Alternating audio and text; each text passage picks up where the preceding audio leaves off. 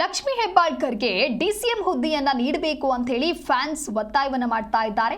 ಬೆಳಗಾವಿ ಗ್ರಾಮೀಣ ಮತಕ್ಷೇತ್ರ ಕಾಂಗ್ರೆಸ್ ಕಾರ್ಯಕರ್ತರು ಈ ರೀತಿಯಾಗಿ ಆಗ್ರಹಿಸ್ತಾ ಇದ್ದಾರೆ. ಹಿರೇಬಾಗೇವಾಡಿ ಮಹಾಲಕ್ಷ್ಮಿ ದೇವಸ್ಥಾನದಲ್ಲಿ ವಿಶೇಷ ರೀತಿಯಲ್ಲಿ ಪೂಜೆಯನ್ನು ಕೂಡ ಸಲ್ಲಿಕೆ ಮಾಡಿದ್ದಾರೆ. ಕರ್ನಾಟಕ ಬಾಲ ವಿಕಾಸ ಅಕಾಡೆಮಿ ಅಧ್ಯಕ್ಷ ಅಡಿವೇಶ ಇಟಗಿ ನೇತೃತ್ವದಲ್ಲಿ ಪೂಜೆಯನ್ನ ಸಲ್ಲಿಸಿ ಕಾಂಗ್ರೆಸ್ ಹೈಕಮಾಂಡ್ಗೆ ಉನ್ನತ ಪದವಿ, ಉತ್ತಮ ಖಾತೆಯನ್ನು ಕೊಡೋದಕ್ಕೆ ಆಗ್ರಹಿಸಿದ್ದಾರೆ.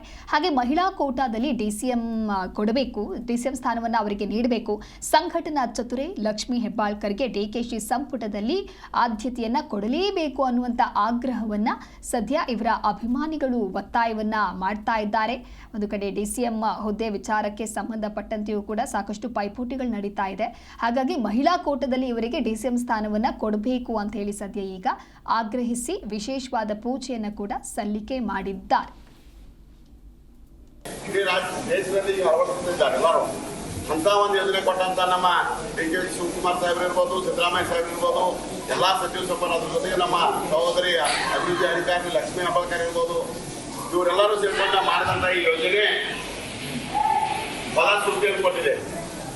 ಅದರ ನಿಮಿತ್ತವಾಗಿ ಇವತ್ತ ನಮ್ಮ ಕ್ಷೇತ್ರದ ದೇವತೆ ತಾಯಿ ಲಕ್ಷ್ಮಿ ಜೊತೆ ಲಕ್ಷ್ಮಿ ಪೂಜಾವನ್ನ ಸಂಕಲ್ಪವನ್ನ ಇವತ್ತು